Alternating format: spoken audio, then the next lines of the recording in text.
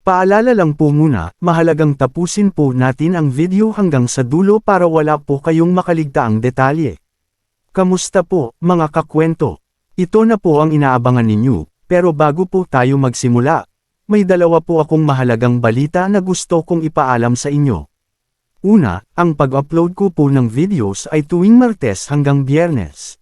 Basta po nasa mga araw na ito ang pag-upload ko, pero nakadepende pa rin po kung may iba akong kailangang unahin, tulad ng personal reason. Pangalawa, nakamit po natin ang 1,000 subscribers sa loob lamang ng 4 na araw. Maraming salamat po sa inyong suporta. Dahil dito, babaguhin ko po ang premyo. Ang mananalo po ay may pagpipilian kung gusto niya ng Battle Pass sa CODM o 200 pesos GCash. Ang pagpili po ng mananalo ay gagamitin ko ang Will to Spin para patas at random ang resulta. Paano sumali? 5 steps. 1. Dapat po ay nakasubscribe kayo sa aking YouTube channel. 2. I-follow po ninyo ang aking TikTok account, ilalagay ko po ang link sa description. 3. I-like po ninyo ang video na ito. 4. Mag-comment po kayo sa video na ito at siguraduhin kasama ang tatlong ito sa inyong comment.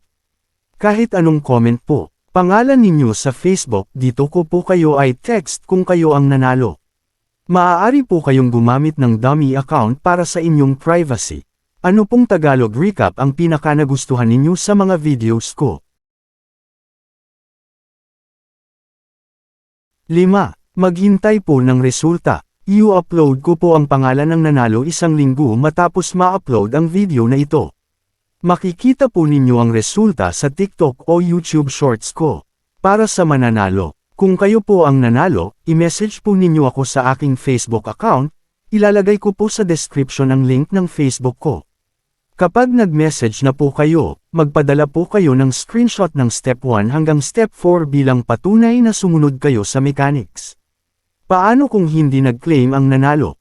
Kung ang unang nanalo po ay hindi nag-message sa akin sa loob ng 1 araw matapos kong i-post ang resulta, mamimili po ako ng bagong winner.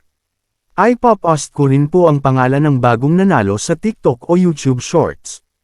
Ipopost ko rin po sa YouTube community natin ang update kapag natanggap na ng winner ang premyo.